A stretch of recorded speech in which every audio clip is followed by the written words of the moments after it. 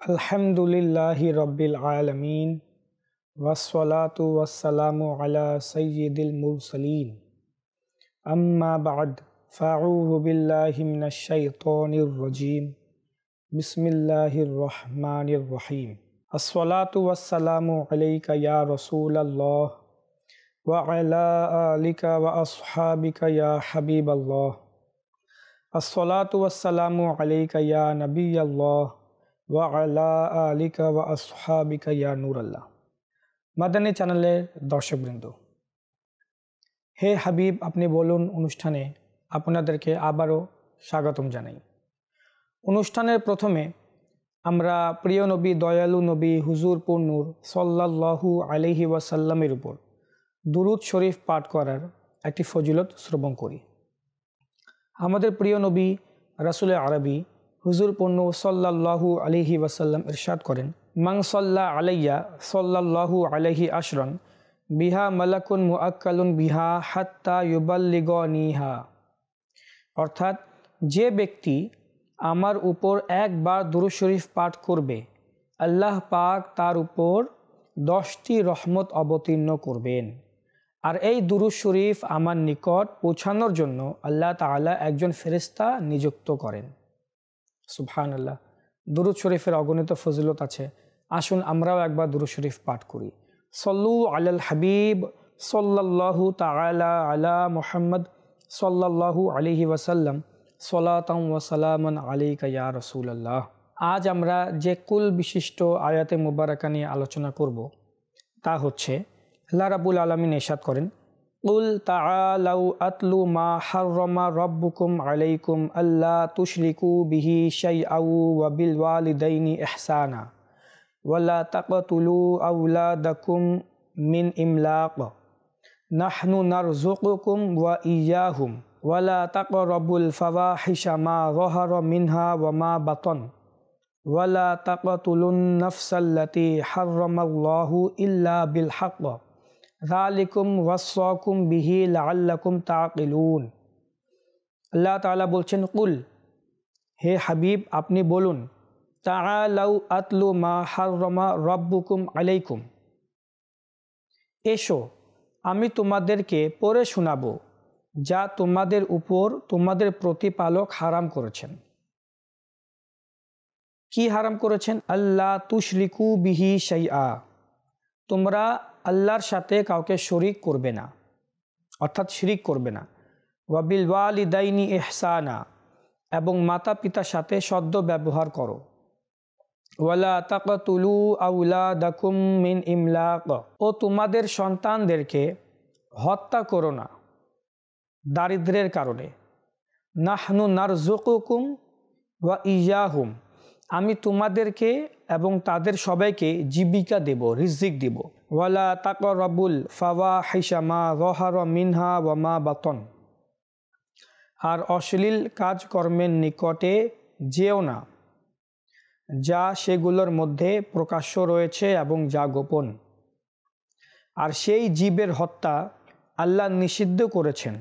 ওয়ালা তাকতুলুন নাফসাল্লাতী হাররামাল্লাহু ইল্লা বিল হক, আর যেই জীবের হত্যা আল্লাহ নিষিদ্ধ করেছেন সেটাকে অন্যায়ভাবে হত্যা করো না। যালিকুম ওয়াসাকুম বিহি লাআল্লাকুম তাকিলুন, এটা তোমাদেরকে নির্দেশ দিয়েছেন যেন তোমাদের মধ্যে শুভ বুদ্ধির উদয় হয়। আল্লাহ রাব্বুল আলামিন এখানে প্রিয় হাবিব সাল্লাল্লাহু আলাইহি ওয়াসাল্লামের মাধ্যমে 5টি কবিরা গুনাহের আলোচনা করেছেন। স্পষ্টভাবে কোরআনে পাকের মধ্যে এই 5টি কাজ যে হারাম, ইসলাম এটাকে অপছন্দ করে, এ বিষয়ে আল্লাহ রাব্বুল আলামিন হুজুর সাল্লাল্লাহু আলাইহি ওয়াসাল্লামের মাধ্যমে এ উম্মতে মুহাম্মাদিকে মানুষদেরকে ইরশাদ করছেন। প্রথমে আল্লাহ রাব্বুল আলামিন এখানে ইরশাদ করেছেন যে আতলু মা হাররামা রাব্বুকুম আলাইকুম, যা আমি তোমাদের কাছে তেলাওয়াত করছি। প্রিয় নবী ইরশাদ করছেন যে আমি তোমাদের কাছে তেলাওয়াত করছি যা আল্লাহ রাব্বুল আলামিন হারাম করে দিয়েছেন। প্রথমে কি? আল্লাহ তুশরিকু বিহি শাইআ, প্রথম হচ্ছে আল্লাহ তাআলার সাথে শিরিক করা। ওয়া বিল ওয়ালিদাইনি ইহসানা, এবং পিতামাতার সাথে ভালো ব্যবহার করা। ওয়ালা তাকতুলু আওলাদাকুম মিন ইমলাক, এবং যারা রিজিকের স্বল্পতার কারণে যারা নিজেদের সন্তানদের হত্যা করে ফেলে, যে তাদের ভার পোষণ কীভাবে করব, তাদেরকে লালন পালন কিভাবে করব, আমার কাছে সম্পদ নাই, তো এরকম ভয়ে যারা নিজেদের সন্তানদেরকে হত্যা করে ফেলে, আল্লাহ রাব্বুল আলামিন তাদের ব্যাপারেও বলছেন যে তোমরা নিজেদের সন্তানকে রিজিকের ভয়ে, সম্পদের ভয়ে, অভাবের ভয়ে হত্যা করো না। নাহনু নারযুকুকুম ওয়া ইয়াহুম, নিশ্চয়ই আমি তোমাদেরকে এবং তাদেরকে রিজিক প্রদান করব। ওয়ালা তাকরাবুল ফাওয়াহিশ, এবং অশ্লীল কাজকর্মের নিকটেও যেও না। আর আল্লাহ রাব্বুল আলামিন যে জিনিসকে হারাম করেছেন তোমাদের উপর, তাকে অন্যায়ভাবে হত্যা করো না। এই আয়াতে মুবারাকার মধ্যে আল্লাহ রাব্বুল আলামিন তার হারামকৃত শরীয়তের বিধিবিধানকে উল্লেখ করেছেন। সর্বপ্রথম তো শিরিকের আলোচনা হয়েছে, আর আমরা সকলে জানি শিরিক এটি সবচেয়ে জঘন্যতম অপরাধ। যে ব্যক্তি শিরিক করে তার জন্য দুনিয়া এবং আখিরাতে কোনো মাফ নেই। যদি কোনো ব্যক্তি সামান্য পরিমাণ ঈমান নিয়ে যদি পৃথিবী থেকে ইন্তেকাল করে, তাহলে তারও জান্নাতে যাওয়ার একটি আশঙ্কা আছে, যে হ্যাঁ সেও জান্নাতে যাবে, সর্বশেষে হলেও সে জান্নাতে যাবে। কিন্তু যে মুশরিক অবস্থায় মারা যায়, যে শিরিক করা অবস্থায় মারা যায় বা কুফুর অবস্থায় মারা যায়, তার মৃত্যুর পর তার জন্য কোনো রকমের ছাড় নাই। তার জন্য কবরেও শাস্তি এবং কিয়ামতের দিনে সব সময়ের জন্য তারা চিরস্থায়ী দোজকে থাকবে, জাহান্নামের মধ্যে থাকবে। তাই এটা সবচেয়ে বড় অপরাধ বিধায় আল্লাহ রাব্বুল আলামিন এই শিরিকের আলোচনা সবচেয়ে প্রথমেই করেছেন। ওয়া বিল ওয়ালিদাইনি ইহসানা, অতঃপর পিতা মাতার সাথে সদ্য ব্যবহার করো, পিতা মাতার প্রতি মহব্বত করো, পিতা মাতাকে সম্মান ও শ্রদ্ধা করো। শিরিকের পরে আল্লাহ তাবারাকা ওয়া তাআলা অন্যান্য গুনাহের মধ্যে সর্বপ্রথম যাকে প্রাধান্য দিয়েছেন তা হচ্ছে পিতা মাতার সাথে সদ্য ব্যবহার করাকে। তাই এই আয়াতে মুবারাকার প্রথম যে অংশ, পিতা মাতার সাথে সদ্য ব্যবহার, এ সম্পর্কে আজ কিছুটা আলোচনা শুনি। হাদিসে মুবারাকাতে রয়েছে, ইমাম বুখারী, ইমাম মুসলিম এবং ইমাম তিরমিজি তার হাদিসের কিতাবের মধ্যে বর্ণনা করেছেন, যা হযরত আবু বকর সিদ্দিক রাদিয়াল্লাহু তাআলা আনহু থেকে বর্ণিত, যে রাসূল করিম সাল্লাল্লাহু আলাইহি ওয়াসাল্লাম ইরশাদ করেন, আমি তোমাদেরকে কি কবিরা গুনাহসমূহের মধ্যে সবচেয়ে মারাত্মক কবিরা গুনাহের ব্যাপারে বলবো না? আলা উনাব্বিউকুম বিআকবারিল কাবাইর, আমি কি তোমাদেরকে এমন গুনাহ সম্পর্কে বলবো না যা কবিরা গুনাহসমূহের মধ্যে সবচেয়ে ভয়ঙ্কর, সবচেয়ে মারাত্মক? সালাসা, হুজুর সাল্লাল্লাহু আলাইহি ওয়াসাল্লাম এই কথাকে 3 বার ইরশাদ করেছেন। ক্বালু বালা ইয়া রাসূলুল্লাহ, তো সাহাবায়ে কেরামগণ ইরশাদ করলেন, ইয়া রাসূলুল্লাহ অবশ্যই বলুন। তো প্রিয় নবী সাল্লাল্লাহু তাআলা আলাইহি ওয়াসাল্লাম ইরশাদ করলেন, আল ইশরাকু বিল্লাহ, সবচেয়ে বড় গুনাহ হচ্ছে আল্লাহ রাব্বুল আলামিনের, আল্লাহ তাআলার সাথে কাউকে শরীক করা, অর্থাৎ শিরিক করা।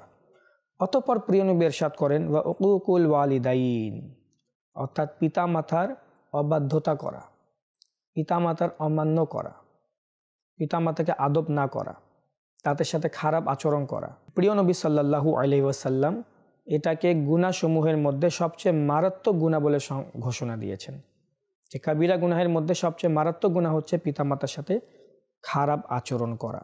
বাজ্জারের মধ্যে রয়েছে, হযরত ইবনে আব্বাস রাদিয়াল্লাহু তাআলা আনহু থেকে বর্ণিত, এক ব্যক্তি তার নিকট উপস্থিত হয়ে বলল, আমি এক মহিলাকে বিবাহের প্রস্তাব দিলাম, সে আমাকে বিবাহ করতে অস্বীকার করল। অপর এক ব্যক্তি তাকে বিবাহের প্রস্তাব দিলে সে তাকে বিবাহ করতে পছন্দ করলো আর তার সাথে বিবাহ করে ফেললো, কিন্তু আমাকে অকারণে সে ফিরিয়ে দিয়েছিল। তো এতে আমার আত্মমর্যাদা বোধে আঘাত লাগে, আর এর রাগে আমি তাকে হত্যা করে ফেলি।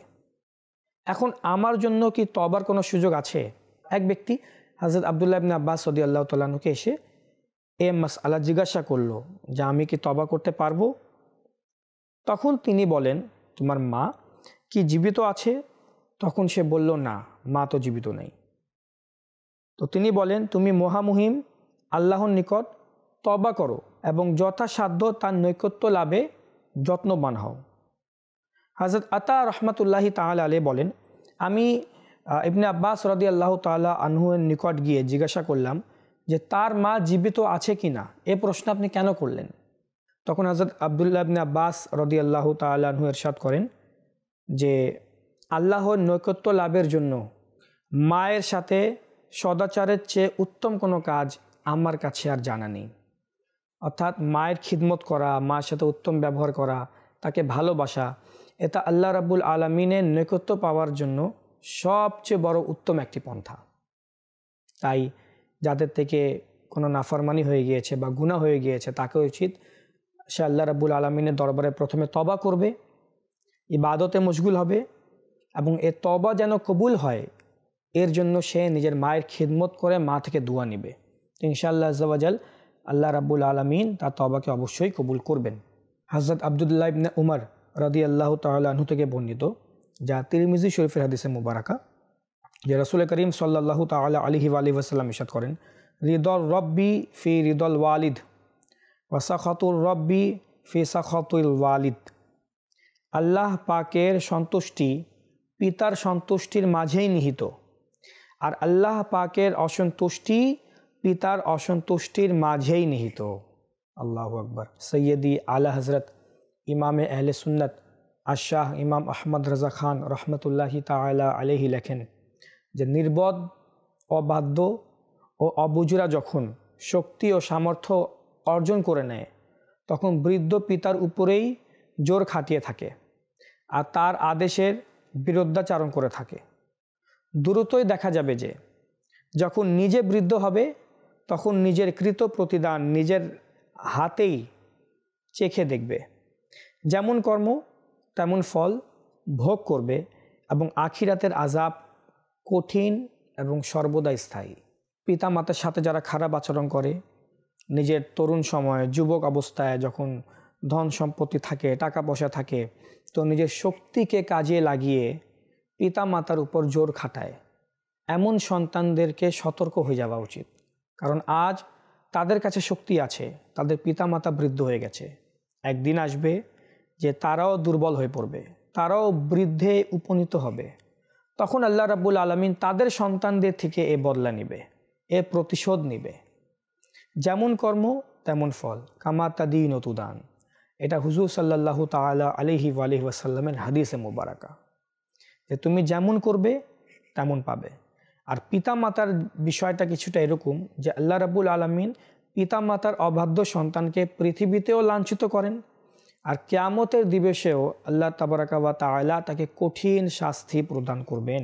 সূরা বনী ইসরাঈলের 23 নং আয়াতে মুবারাকায় আল্লাহ রাব্বুল আলামিন ইরশাদ করছেন, ওয়া ক্বাদা রাব্বুকা আল্লা তা'বুদু ইল্লা ইয়্যাহু ওয়া বিল ওয়ালিদাইনি ইহসানা।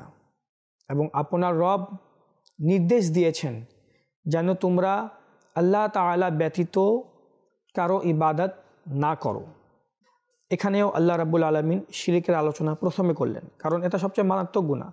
এরপর আল্লাহ ইরশাদ করছেন, ওয়া বিল ওয়ালিদাইনি ইহসানা, এবং পিতা মাতার সাথে সদ্য ব্যবহার করো, তাদের অবাধ্যতা করবে না। আল্লাহ তাআলা এটাও ইরশাদ করে দিয়েছেন, ইম্মা ইয়াবলুগান্না ইনদাকাল কিবারা আহাদুহুমা আও কিলাহুমা ফালা তাকুল লাহুমা উফিউ ওয়ালা তানহারহুমা ওয়া কুল লাহুমা কাওলান কারীমা।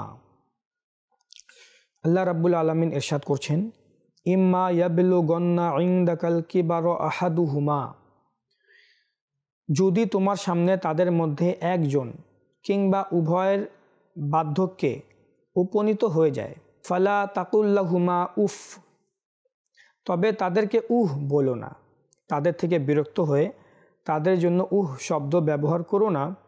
ওয়ালা তানহারহুমা, এবং তাদেরকে ধমক দিও না। ওয়া কুল লাহুমা কাওলান কারীমা, এবং তাদের সাথে সম্মানসূচক কথা বলবে, তাদের সাথে ভালো কথা বলবে। আল্লাহ রাব্বুল আলামিন ব্যাখ্যা দিয়ে ইরশাদ করছেন, আল্লাহ রাব্বুল আলামিন খুলে খুলে বয়ান করছেন পিতা মাতার সাথে তোমরা কেমন আচরণ করবা।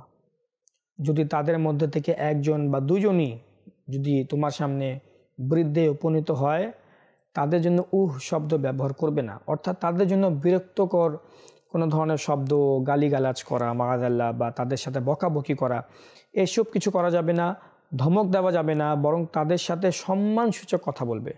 ওয়াকুল লাহুমা কাওলান কারীমা, তাদের সাথে সম্মানসূচক কথা বলবে।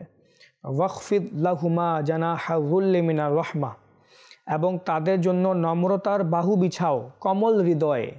ওয়াকুল রব্বির হামহুমা কামা রব্বায়ানি সগীর, এবং এভাবে আমার কাছে দোয়া চাও, হে আমার রব, তুমি তাদের উভয়ের উপর দয়া করো যেভাবে তারা উভয় আমাকে শৈশবে প্রতিপালন করেছেন। তারা ছোট থাকতে আমাকে যেভাবে দেখাশোনা করেছেন, হে আল্লাহ আমার উপর দয়া করেছেন, ঠিক সেভাবে তুমিও তাদের উপর দয়া করো। আল্লাহ রাব্বুল আলামিন স্বয়ং নিজে এই দোয়াটি আমাদেরকে শিখিয়েছেন কোরআনে পাকের মধ্যে, যে পিতা মাতার ব্যাপারে কিভাবে আমার কাছে দোয়া চাবে, কিভাবে আমার কাছে আকাঙ্ক্ষা করবে, আমার কাছে প্রার্থনা করবে। তো পিতামাতার ফজিলত, পিতামাতার সাথে ভালো আচরণের ফজিলত এবং নির্দেশ, এবং তাদের সম্পর্কে কিভাবে দোয়া চেতে হবে, স্বয়ং আল্লাহ রাব্বুল আলামিন এটা কোরআনে পাকের মধ্যে বয়ান করেছেন। এখন এর পরেও কেউ যদি পিতামাতার সাথে খারাপ আচরণ করে বা তাদের অবাধ্যতা করে, তাহলে পৃথিবীতে কাল কিয়ামতের দিন তার খুব খারাপ অবস্থা হবে। হাদিসে মুবারাকার মধ্যে রয়েছে যে হুজুর সাল্লাল্লাহু তাআলা আলাইহি ওয়াসাল্লাম ইরশাদ করেন, নওমুকা আলাস সারিরি বাররাম বিওয়ালিদাইক তুদহিকুহুমা ওয়া ইউদহিকানিক, তোমার বিছানায় শুয়ে থাকা এবং নিজের পিতা মাতার সাথে ভালো আচরণ করা, অর্থাৎ বিছানায় শুয়ে শুয়ে তাদের সাথে এমনভাবে কথা বলা, সম্মানসূচক কথা বলা। আপনি বিছানায় শুয়ে আছেন, পিতামাতা অপর দিকে বসে আছেন বা তারাও শুয়ে আছেন, এবং এই অবস্থায় পরস্পর কথোপকথন হচ্ছে। তো এমন অবস্থায় তাদের সাথে ভালো আচরণ করা। তুদহিকুমা, আপনি এমন কোনো কথা বললেন এমন অবস্থায় যে তাদের হাসি পেল বা তারা হাসলো। ওয়ায়ুদহিকানিক, এবং তারা এমন কোনো কথা বলল যা আপনাকে হাসালো, যা আপনার অন্তরকে খুশ করে দিল। অর্থাৎ দুই দিক থেকে। আপনি বিছানায় শুয়ে আছেন, প্রিয় নবী কেমনে বুঝায় বলছেন যে নাওমুকা আলা সারি, তুমি বিছানায় শুয়ে আছো, বাররাম বিওয়ালিদাইক, এবং পিতামাতার সাথে সদ্য ব্যবহার করছো। এমন অবস্থায় তুদহিকুহুমা, এমন অবস্থায় তুমি এমন একটি কথা বললে যা দ্বারা তারা হেসে দিল বা তাদের মন খুশ হইল। ওয়ায়ুদহিকানিক, আবার তারা এমন একটি কথা বলল যার দ্বারা তোমার অন্তর খুশ হয়ে গেল, তুমি হাসলা। এই যে পিতামাতার সাথে একটা ভালো আচরণ, একটু হাসাহাসি হইলো, তাদের মন খুশ হইলো, তোমার মন খুশ হইলো। হুজুর সাল্লাল্লাহু তাআলা আলাইহি ওয়াসাল্লাম ইরশাদ করেন যে এই জিনিসটি আল্লাহর রাস্তায় ধর্মীয় যুদ্ধে অংশগ্রহণ করার চেয়ে উত্তম। হাতে তলোয়ার নিয়ে আল্লাহ তাবারাকা ওয়া তাআলার রাস্তায় যুদ্ধ করার চেয়েও বেশি উত্তম হচ্ছে পিতামাতার সাথে এভাবে আলাপ আলোচনা করা, পিতামাতার সাথে কথাবার্তা বলা। তাই পিতামাতার ফজিলত স্বয়ং আল্লাহ রাব্বুল আলামিন এবং প্রিয় নবী সাল্লাল্লাহু আলাইহি ওয়াসাল্লাম হাদিসে মুবারাকার অসংখ্য স্থানে ইরশাদ করেছেন। যেমন বর্ণিত আছে, হাদিসে মুবারাকা রয়েছে যে একদা এক যুবক ব্যক্তির মৃত্যুর সময় তাকে যখন কালিমা তালকিন করা হইল যে কালিমা পড়ো, তখন সে কালিমা উচ্চারণ করতে ব্যর্থ হইল, সে কালিমা পড়তে পারছিল না। তো নবী করিম সাল্লাল্লাহু আলাইহি ওয়াসাল্লাম এ কথা শুনে তার নিকট এসে বলল যে বলো লা ইলাহা ইল্লাল্লাহ। সে উত্তর দিল যে আমি বলতে পারছি না, আমার কষ্ট হচ্ছে, আমি কালিমা বলতে পারছি না। তো প্রিয় নবী তাকে প্রশ্ন করেন যে কেন তোমার কষ্ট হচ্ছে? তো প্রতি উত্তরে সে বলল যে সে নিজ মাতার কথা অমান্য করত, মাতার সাথে অবাধ্যতা করত, ভালো আচরণ করতো না, আর মায়ের কথাও শুনতো না।